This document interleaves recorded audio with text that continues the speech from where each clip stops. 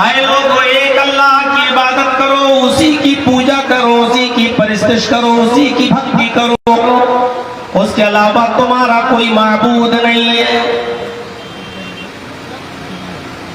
اللہ تبارک و تعالیٰ نے محمد رسول اللہ صلی اللہ علیہ وسلم کو بھی حکم دیا کہ آپ بھی اہل کتاب کو نمنترن دو، ان کو دعوت دو، ان کو بلاؤ، اور کس انداز سے بلاؤ؟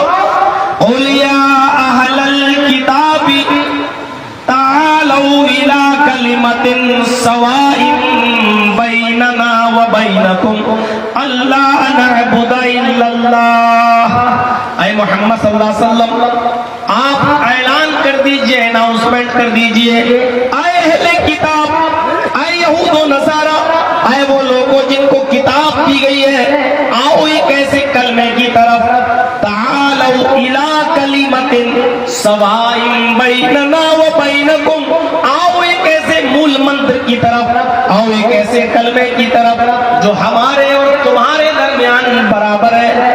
اور وہ کلمہ کیا ہے جو سب کا کلمہ ایک ہے؟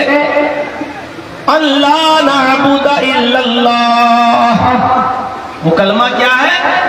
کہ ہم اللہ کے علاوہ کسی کی عبادت نہیں کریں گے، اللہ کے علاوہ کسی کو اپنا معبود نہیں سمجھیں گے۔ لا الہ الا اللہ، اللہ کے علاوہ ہمارا کوئی معبود نہیں۔ جتنے بھی نبی اور جتنے بھی پیغمبر اس دنیا کے اندر آئے، سب کا یہی کلمہ تھا، لا الہ الا اللہ۔ ابراہیم اس دنیا میں آئے تو کلمہ یہی تھا، لا الہ الا اللہ۔ نوح اس دنیا میں آئے، کلمہ یہی تھا، لا الہ الا اللہ۔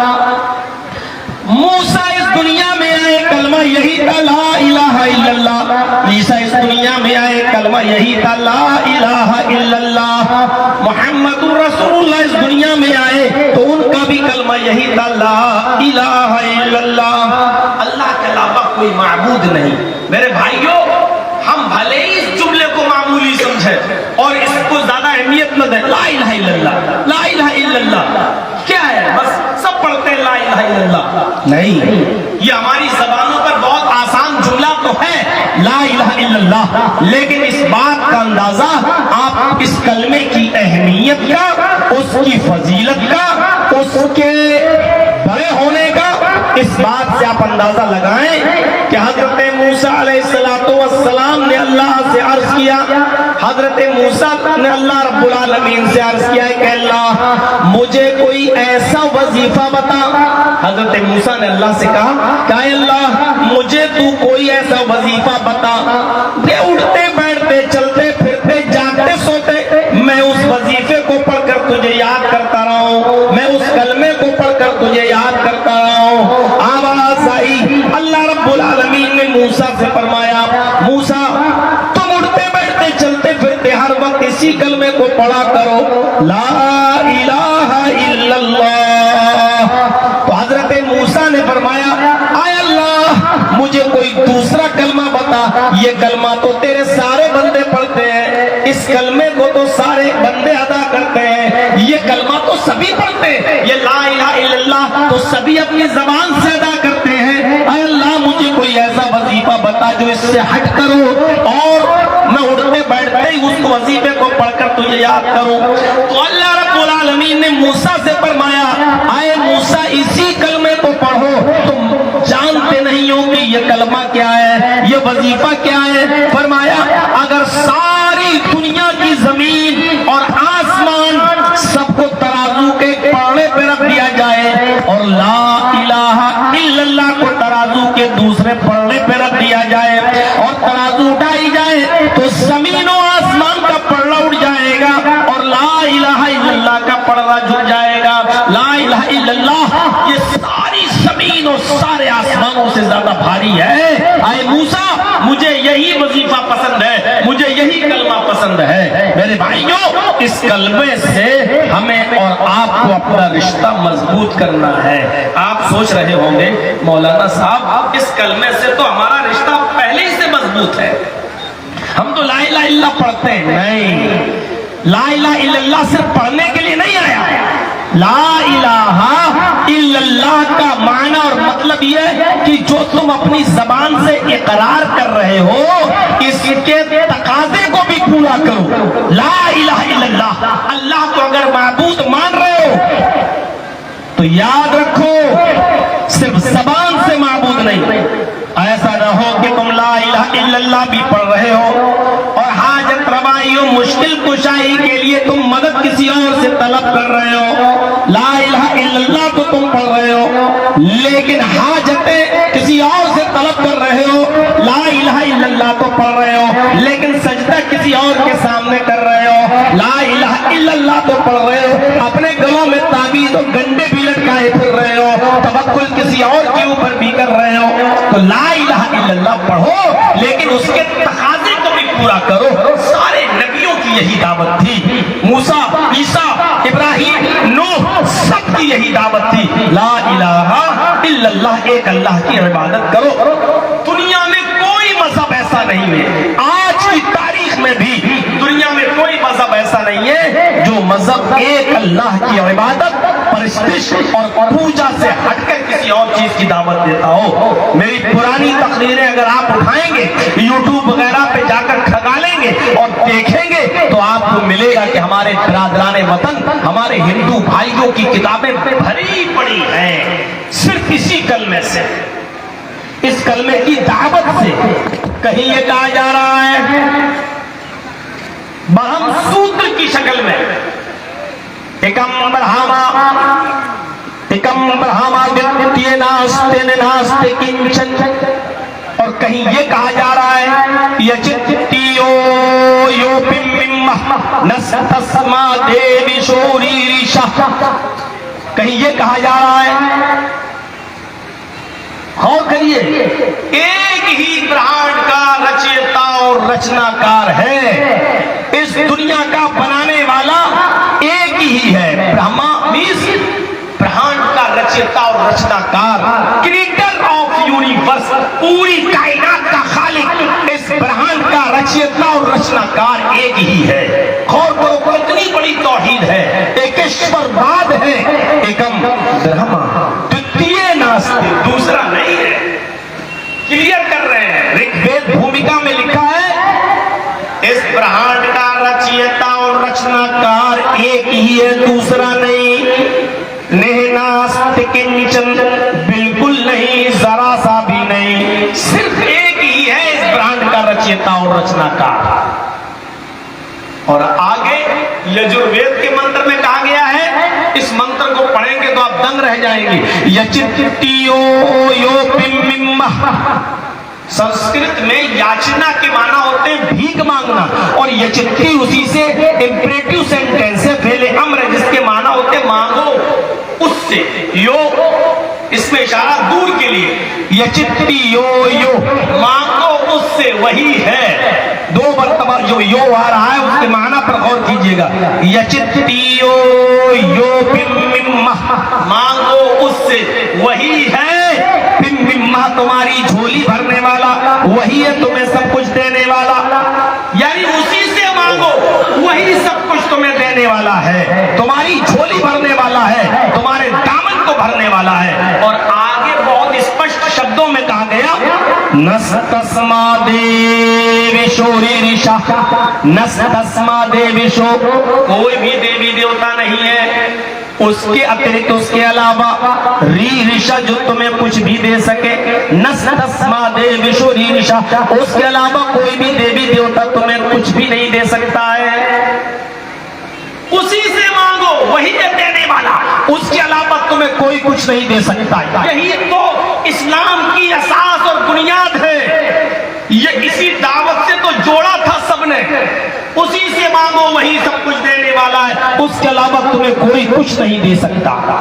قرآن کہتا ہے والذین تدعون من دونہ ما یملکون من قطمیر, اللہ کو چھوڑ کر تم جس کو بھی پکار رہے ہو, اللہ کو چھوڑ کر تم جن سے بھی مدد طلب کر رہے ہو, اللہ کو چھوڑ کر تم جن سے بھی کچھ مانگ رہے ہو, ما یملکون من قطمیر, وہ کھجور کی گٹھلی کے چھلکے کے بھی مالک نہیں ہے.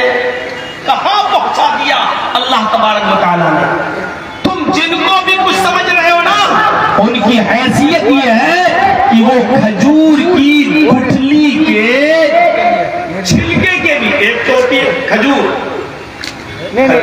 تو بہت بڑی چیز ہو گئی، پھر ہوتی ہے کھجور کو نکال لو گٹھلی بھی بہت بڑی چیز ہوگی، گٹھلی کے اوپر بھی ایک ہلکا سا پرت ہوتا ہے، ایسے کریں گے آپ ناخن ماریں گے تو ہلکا سا چھلکا جھلی نکلے گی۔ اللہ کہتا ہے اللہ کو چھوڑ کر تم جن کو بھی پکار رہے ہو، جن سے بھی مانگ رہے ہو، یہ کھجور کی گٹھلی کے چھلکے کے بھی مالک نہیں ہے۔ کہاں پہنچا دیا؟ پھر فرمایا ایک جگہ وَلَا تَدْعُ مِن دُونِ اللَّهِ مَا لَا يَنفَعُكَ وَلَا يَضُرُّكَ فَإِن فَعَلْتَ فَإِنَّكَ إِذًا مِنَ الظَّالِمِينَ۔ اللہ کو چھوڑ کر تم کسی کو مت پکارو، مَا لَا يَنفَعُكَ جو تمہیں نہ نفع پہنچا سکتا ہے، وَلَا يَضُرُّكَ اور تمہیں نقصان بھی نہیں پہنچا سکتا ہے، نہ نفع دے سکتا ہے نہ نقصان پہنچا سکتا ہے۔ فَإِن فَعَلْتَ فَإِنَّكَ إِذًا مِنَ الظَّالِمِينَ، اگر تم میرے منع کرنے کے باوجود بھی پکارو گے غیر اللہ کو تو تم ظالم کہلائے جاؤ گے، تمہارا شمار ظالموں میں ہوگا۔ اللہ نے ظالم قرار دے دیا کہ تم ظالم کہلائے جاؤ گے۔ ذرا اندازہ لگائیے، نہ اللہ کے علاوہ کسی سے مانگنا جائز ہے، نہ اللہ کے علاوہ کسی کے سامنے سر جھکانا جائز ہے۔ آپ ایک رامائن والمیکی جی کی رامائن ہے، دو رامائن ہیں، ایک تو ہے تلسی داس جی کی رامائن جس کا نام ہے رام چرت مانس، اور ایک ہے والمیکی رامائن، سب سے زیادہ پرانی رامائن وہی ہے والمیکی رامائن۔ والمیکی رامائن میں یہ لکھا ہوا ہے کہ جب راوڑ نے سیتا کا ہرن کیا اور لے کر گیا، اور ہنومان اور لکشمن جب سیتا کو راوڑ کے چنگل سے بچا کر لائے تو رام چندر جی کے سامنے جب پرستت کر دیا کہ لیجیے ہم آپ کی پتنی کو لے آئے، تو رام چندر جی کی پتنی سیتا جی نے اپنے رام کے پرنام کیا، ان کو جھکا اور پیر چھونا چاہا، تو سیتا جی جب رام کے پیر چھونے لگی، اپنے پتی کے پیروں پہ گرنے لگی، تو رام چندر جی نے اپنے پیر نہیں چھونے دیے۔ انڈیا میں بولتا ہوں، ہندوستان کے اندر بول رہا ہوں، آج پیر چھونے کا رواج ہے۔ تلسی داس جی کی رامائن کی بات نہیں کر رہا ہوں، والمیکی رامائن کی بات کر رہا ہوں کہ رام چندر جی نے اپنے پتنی کو سیتا کو اپنے پیر نہیں چھونے دیے، جھکنے نہیں دیا اپنے سامنے، اور دونوں کاندھے پکڑ کر اٹھا دیا اور کھڑا کر کے فرمایا رام رامائ رمہ رام رامائ ستیم استی۔ یہ وہ ورڈ ہے جو رامائن کے اندر والمیکی رامائن میں آج بھی لکھے ہیں، رام رامائ نمہ۔ ہائے سیتا، اپنے رام کو نمسکار مت کرو، اپنے رام کو پرنام مت کرو، اپنے رام کے سامنے مت جھکو۔ رام رامائ سنسکرت میں جب راما کے آگے آ جائے تو اس کا معنی ہوتا ہے کا، کے، کو اور آگے لیے، کا لیے، کے لیے، کو لیے، تو رام رامائ نمہ، رام کے رام کو یا رام کے رام کے لیے، یعنی اپنے رام کو نہیں بلکہ اس رام کو نمسکار کرو، اس رام کے سامنے جھکو جو تیرے رام کا بھی رام ہے۔ رام رامائ نمہ، ہے سیتا اس رام کو پرنام کرو جو تیرے رام کا رام ہے، یعنی اس رام کے سامنے سر جھکاؤ جو تیرے بھی رام کا رام ہے۔ میں تو تیرا رام ہوں اور تیرے رام کا رام ہے اوپر والا، اس رام کے سامنے جھکو جو تیرے رام کا رام ہے۔ اس سے پتہ چلتا ہے کہ آج بھی یہ تعلیمات موجود ہیں غیر مسلم ہمارے ہندو بھائیوں کی کتابوں میں۔ آج لوگ کس کس کے سامنے اپنا سر جھکاتے ہیں؟ غور کرو، چند صحابہ اللہ کے نبی صلی اللہ علیہ وسلم کے پاس آئے اور کہنے لگے کہ اللہ کے رسول میں ہیرا شہر سے آ رہا ہوں۔ ہیرا ایک شہر ہے ملک شام کا، ہیرا شہر سے آ رہا ہوں اور میں نے ہیرا شہر کے اندر دیکھا ہے، ہیرا شہر کے اندر میں نے دیکھا ہے کہ لوگ اپنے بادشاہ کے سامنے سجدہ کر رہے ہیں، لوگ اپنے بادشاہ کو سجدہ کر رہے ہیں۔ اگر وہ اپنے بادشاہ کو سجدہ کرتے ہیں تو کیا ہم اپنے نبی کو سجدہ نہ کریں؟ ہمیں اجازت دیجئے کہ ہم آپ کو سجدہ کریں۔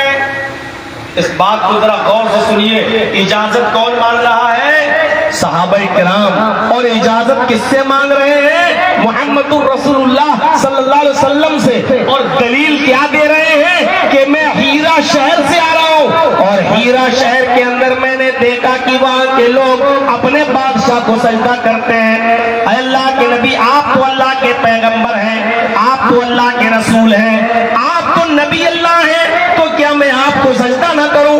اگر بادشاہ کو سجدہ کیا جا سکتا ہے تو اللہ کے پیارے رسول کو سجدہ کیوں نہیں کیا جا سکتا ہے؟ تو اللہ کے نبی نے اس کا جو جواب دیا اس جواب کو سنیے۔ آپ نے فرمایا لو مررت بقبری لو مررت بقبری ان تسجد لہ، میرے صحابیوں کیا تم میری قبر کے پاس سے گزرو گے تو کیا اس کو سجدہ کرو گے؟ سوال زندگی میں ہو رہا ہے اور جواب اللہ کے رسول انتقال کے بعد کا دے رہے ہیں، کیا تم میری قبر کے پاس سے گزرو گے تو کیا اسے سجدہ کرو؟ اچھا، اس سوال کا اس جواب سے کیا تعلق ہے؟ وہ یہ کہہ رہے ہیں اللہ کے رسول ملک شام کے ہیرا کے بادشاہ کے سامنے سجدہ ہو رہا ہے تو کیا میں آپ کو سجدہ نہ کروں؟ مجھے اجازت دیجئے میں آپ کو سجدہ کروں۔ اور اللہ کے نبی جواب یہ دے رہے ہیں کیا میری قبر کے پاس سے گزرو گے، یعنی اگر میرا انتقال ہو جائے اور میری قبر بن جائے تو کیا میری قبر کے پاس سے گزرو گے تو کیا سجدہ کرو گے اسے؟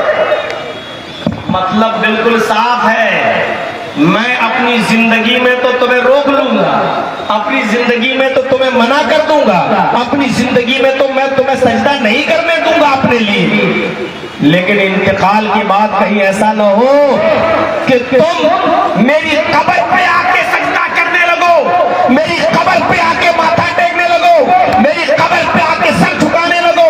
اس لیے اللہ کے نبی کو اپنی زندگی کی فکر نہیں ہوئی، اپنے انتقال کے بعد اپنی قبر کی فکر ہوئی۔ زندگی میں تو میں روک ہی لوں گا، کوئی آدمی ابھی جرجی صاحب کے سامنے جھک جا میں مرے کیا کر رہا ہے، میرے پیر چھوٹا ہے، ارے میں بھی تیری طرح انسان ہوں، زندگی میں تو میں منع کر دوں گا، لیکن اگر میری انتقال کے بعد یہ لوگ میری قبر پہ آ کے سجدہ کرنے لگے تو کیا ہوگا؟ تو آپ نے انتقال کے بعد کی خبر دی اور فرمایا لو مررت بقبری ان تسجد لہ، اگر میری قبر کے پاس سے گزرو گے تو کیا سجدہ کرو گے؟ انہوں نے کہا لا، قالوا لا، نہیں۔ آپ نے فرمایا فلا تفعلوا، ایسا کرنا بھی نہیں، ایسا کرنا بھی نہیں۔ میرے بھائیوں، جب انتقال کے بعد جناب محمد الرسول اللہ صلی اللہ علیہ وسلم کی قبر کو سجدہ نہیں کیا جا سکتا اور نبی اکرم اپنی زندگی میں اپنی قبر کو سجدہ کرنے سے منع کر گئے ہوں تو پھر نبی سے بڑھ کر کون ہے؟ اور نبی سے اونچی شخصیت کس کی ہے؟ نبی سے بڑھ کر کس کی ذات ہے جس کو سجدہ کیا جا سکے؟ اس بات پر ہمیں اور آپ کو غور کرنا چاہیے، سب کو، ہر انسان کو سوچنا چاہیے۔ اور پھر آئیے آپ کو ایک پوائنٹ کی بات بتاؤں، سیرت پڑھیے سارے نبیوں کی، سارے نبیوں کی سیرت پڑھیے۔ اللہ نے قرآن میں تقریباً 25 رسولوں کا تذکرہ کیا ہے، 25 نبیوں کا ذکر کیا ہے قرآن میں۔ آپ 25 نبیوں کی سیرت پڑھ جائیے۔ اللہ نے قرآن میں جتنے نبیوں کا نام لیا ہے، اللہ نے قرآن میں جتنے رسولوں کا نبیوں کا نام لیا ہے، اس دنیا میں اللہ رب العالمین نے ان کی پریشانیوں کا تذکرہ بھی کر دیا ہے۔ جتنے بھی نبی اس دنیا میں آئے ان کو پریشانیاں بھی آئی اور ان پریشانیوں کا ذکر اللہ نے کیا دنیا والوں کو یہ بتانے کے لیے کہ آئے دنیا جن نبیوں اور رسولوں کو تم سجدہ کرتے ہو اور جن کو تم نے خدا کا درجہ دے رکھا ہے، ان نبیوں پر بھی دنیا میں پریشانیاں آئی، ان نبیوں پر بھی دنیا میں مصیبتیں آئی، ان نبیوں پر بھی دنیا کے اندر بڑی بڑی پریشانیاں آئی، لیکن ان نبیوں نے، ان رسولوں نے اپنی پریشانیوں کا ذکر اللہ سے کیا ہے اور اپنی مصیبتوں کا حل اللہ کے پاس تلاش کیا ہے۔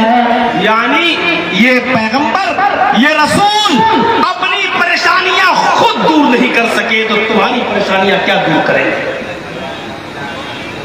ایک طرف سے دیکھتے ہوئے چلیے، ایک طرف سے دیکھتے ہوئے چلیے، حضرت آدم علیہ السلام کو اللہ نے جب ان کا پتلا بنایا، پھر اس میں روح ڈالی، پھر ان کو جنت میں داخل کر دیا، پھر انہی کی پسلی سے حوا کو پیدا کیا، پھر حوا کو بھی جنت میں داخل کر دیا، ان دونوں کو حکم بھی دے دیا، کلوا واشربوا، اے آدم و حوا تم جنت میں کھاؤ اور پیو، جتنا کھاؤ جو چاہو، پوری جنت تمہارے لیے فری ہے، کھاؤ پیو آرام کرو، لیکن میرا ایک حکم ہے اور وہ حکم یہ ہے کہ تم دونوں اس درخت کے قریب مت جانا۔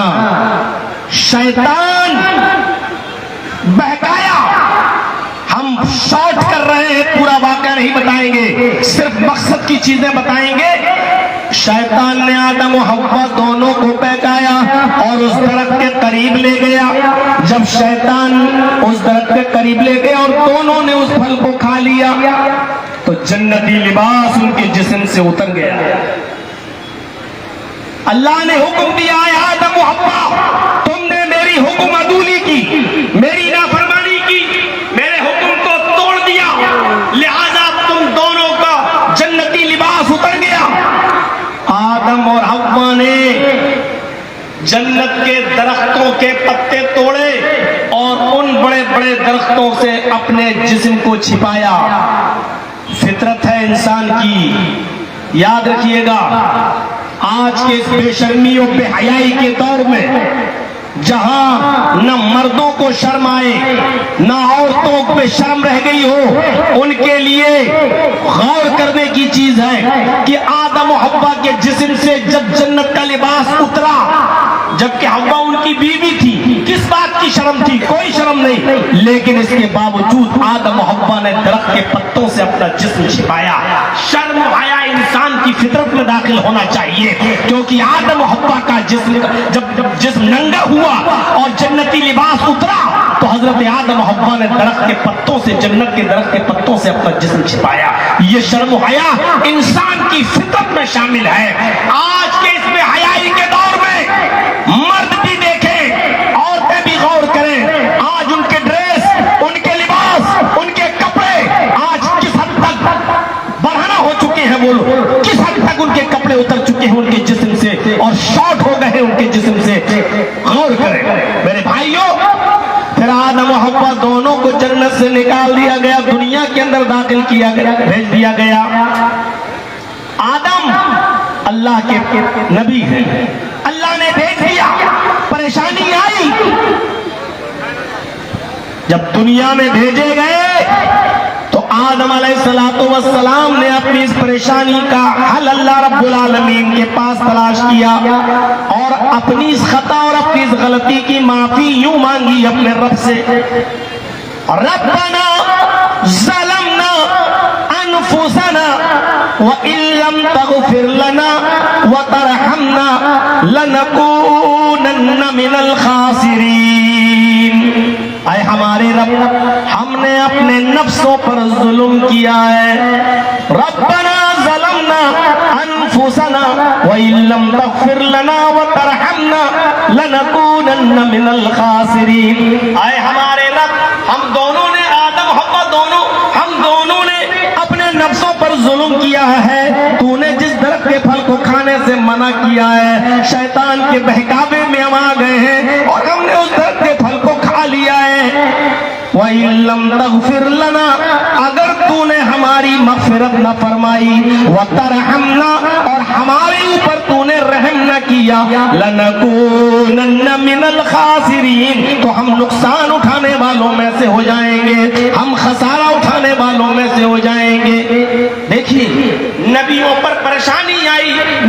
کس کا دروازہ کھٹکھٹا رہے ہیں؟ اللہ کا۔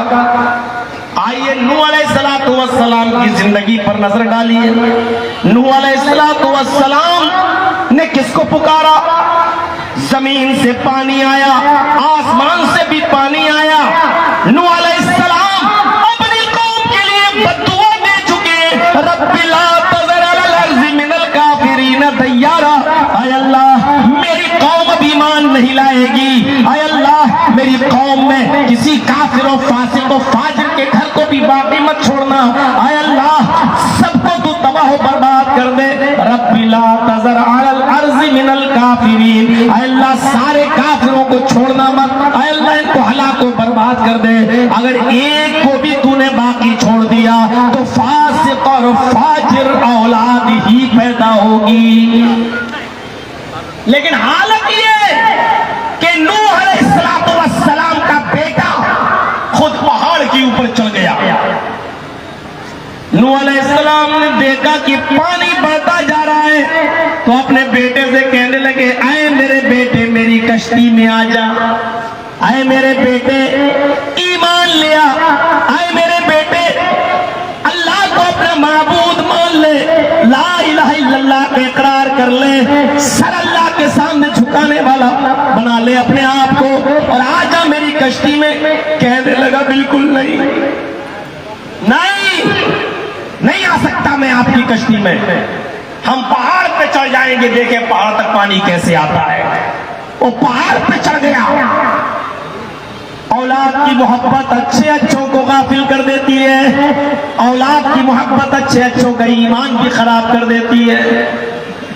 نوح علیہ السلام نے دیکھا پانی پہاڑ تک چڑھ گیا اور آج میرا بیٹا بچے گا نہیں، تو نوح علیہ السلام نے اللہ کو پکارا، فرمایا اے اللہ یہ میرا بیٹا ہے، اللہ یہ میرا بیٹا ہے، پانی اوپر تک چڑھ جائے گا، ڈوب کے مر جائے گا، اللہ میرے بیٹے کو بچا لے۔ نوح علیہ السلام نے کس کو پکارا؟ اللہ کو۔ لیکن اللہ نے جواب کیا دیا؟ اللہ نے جواب کیا دیا؟ انہو لیس من اہلک۔ اے نوح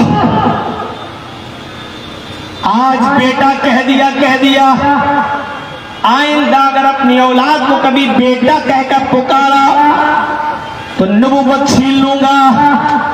یہ تمہارا بیٹا ہے، تمہاری بات نہیں مانتا، میری توحید کا اقرار نہیں کرتا، تمہارے اہل و عیال سے نہیں ہے، نہیں سنوں گا تمہاری، آج تمہارے بیٹے کو مرنا ہے۔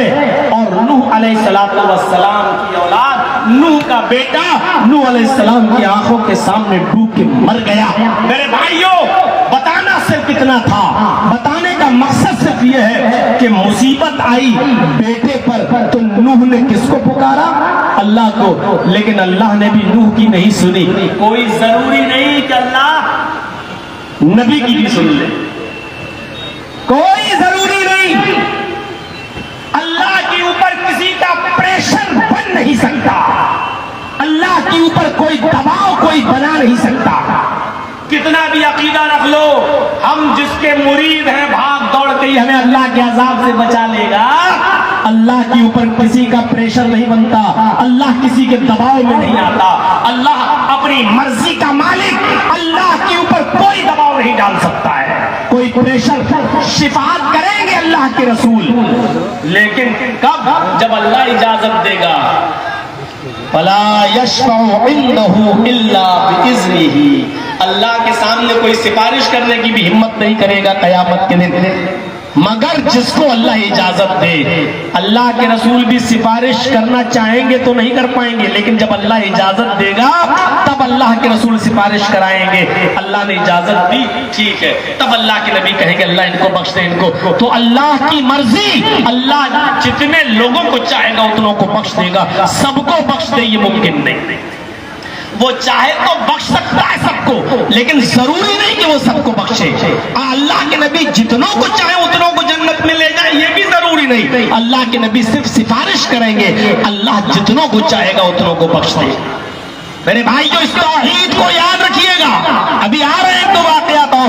نوح علیہ السلام نے کہ بیٹے پر مصیبت آئی، نوح نے کس کو پکارا؟ اللہ کو، اور اللہ نے اس کے باوجود نوح کی نہیں سنی، ٹوٹ کے مر گیا نوح کا بیٹا نوح کے سامنے۔ ابراہیم علیہ السلام کی زندگی پر نظر ڈالو، ابراہیم علیہ السلام کی زندگی پر نظر ڈالو، نمرود کے سامنے کھڑے اور حجت ہو رہی ہے، بحث ہو رہی ہے۔ الم تر الی الذی حاج، غور کرو کیا نقشہ کھینچا قرآن میں۔ ابراہیم کیا اس کو نہیں دیکھا جو آپ سے بحث کر رہا تھا اللہ کے سلسلے میں؟ نمرود، اور نمرود کون ہے؟ کون ہے؟ پوری دنیا پر حکومت کرنے والا۔ دو کافر پوری دنیا پر حکومت کیے ہیں، دو مسلمانوں نے بھی پوری دنیا پر حکومت کی ہے۔ پوری دنیا پر ایک سلیمان علیہ السلام نے اور ایک ذوالقرنین، یہ دو نکلے ہیں مسلمانوں میں جنہوں نے پوری دنیا پر حکومت کی ہے، اور دو کافر بھی تھے جنہوں نے پوری دنیا پر حکومت کی ہے، ایک نمرود اور ایک بخت نصر۔ ایک کا نام ہے بخت نصر، یہ دو کافر بھی ہیں جنہوں نے پوری دنیا پر حکومت کی ہے۔ ابراہیم علیہ السلام کس کے سامنے کھڑے ہیں؟ نمرود کے سامنے۔ اب ذرا ہستی دیکھیے، نمرود کون ہے؟ پوری دنیا کا بادشاہ، ارے کوئی گاؤں کا سرپنچ نہیں ہے۔ نمرود کسی گاؤں کا سرپنچ نہیں، مکھیا نہیں، ایم ایل اے نہیں، ایم پی نہیں، ڈی ایم نہیں، مجسٹریٹ نہیں، چیف منسٹر بھی نہیں، اور کسی ملک کا بادشاہ بھی نہیں، بلکہ پوری دنیا پر حکومت کرنے والا کون؟ نمرود۔ اور ابراہیم علیہ السلام اس کے سامنے۔ دیکھ رہے ہیں توحید انسان کے اندر یہ بہادری اور یہ جرأت پیدا کر دیتی ہے۔ ابراہیم علیہ السلام اس سے کہہ رہے ہیں، نمرود ان کے سامنے، ابراہیم علیہ السلام نے نمرود سے کہا ربی الذی یحیی و یمیت، میرا رب تو وہ ہے جو زندگی دیتا ہے اور موت دیتا ہے، میرا رب تو وہ ہے جو زندگی دیتا اور موت دیتا ہے۔ تو نمرود نے اس کے جواب میں کیا کہا؟ انا احیی و امیت، میں بھی تو زندگی دیتا ہوں اور میں بھی تو موت دیتا ہوں۔ ابراہیم علیہ السلام نے کہا کیسے؟ موٹی عقل تھی، اس نے کیا کیا؟ جس کو پھانسی کی قتل کی سزا تھی، جیل میں جو بند تھا، جس کو 2-4 دن میں قتل کیا جانا تھا، اس نے اس سزا یافتہ کو نکالا قید خانے سے اور چھوڑ دیا۔ کہا دیکھو جس کو موت کی سزا تھی میں نے اس کو چھوڑ دیا، اور ایک بے قصور ایک بے گناہ آدمی کو لایا، پکڑا اور اس کو قتل کر دیا۔ اور ابراہیم سے کہا دیکھو میں نے ایک آدمی کو قتل کر دیا، میں بھی جس کو چاہوں مار سکتا ہوں اور جس کو چاہوں زندگی دے سکتا ہوں۔ انا احیی و امیت، میں بھی زندگی دیتا ہوں اور میں بھی موت دیتا ہوں۔ ابراہیم علیہ السلام سمجھ گئے اس کی موٹی کھوپڑی ہے، یہ ایسے نہیں سمجھے گا، تو فوراً ابراہیم علیہ السلام نے فوراً کیا کہا؟ نہیں، آئے نمرود، میرا رب وہ ہے، میرا اللہ تو وہ ہے جو مشرق سے سورج کو نکالتا ہے، پورب سے سورج کو نکالتا اور پشچم میں ڈبوتا ہے، مغرب میں ڈبوتا ہے۔ اگر تو اپنے آپ کو رب کہتا ہے، تو اپنے آپ کو خدا کہتا ہے، تو اپنے آپ کو اللہ کہلواتا ہے، تو اپنے آپ کو مالک الملک سمجھتا ہے، تو اس کا الٹا کر کے دکھا۔ میرا رب وہ ہے جو سورج کو مشرق سے نکالتا ہے اور مغرب میں ڈبوتا ہے، تو مغرب سے نکال کر مشرق میں ڈبو دے، میں تجھے خدا مان لوں گا۔ فَبُہِتَ الَّذِي كَفَرَ، اتنا کہنا تھا کہ اس نمرود کی آنکھیں پھٹی کی پھٹی رہ گئی۔ ابراہیم نے ہم سے کس چیز کا مطالبہ کر لیا؟ یاد رکھیے ابراہیم علیہ السلام کسی گاؤں کے سرپنچ، کسی گاؤں کے مکھیا کا مقابلہ نہیں کر رہے ہیں، بلکہ اکیلے تنے تنا پوری دنیا کے بادشاہ کے سامنے کھڑے ہو کر اس کو للکار رہے ہیں۔ یہ توحید کی طاقت ہوتی ہے، یہ توحید ہمت پیدا کرتی ہے۔ آپ اپنے باپ کے سامنے توحید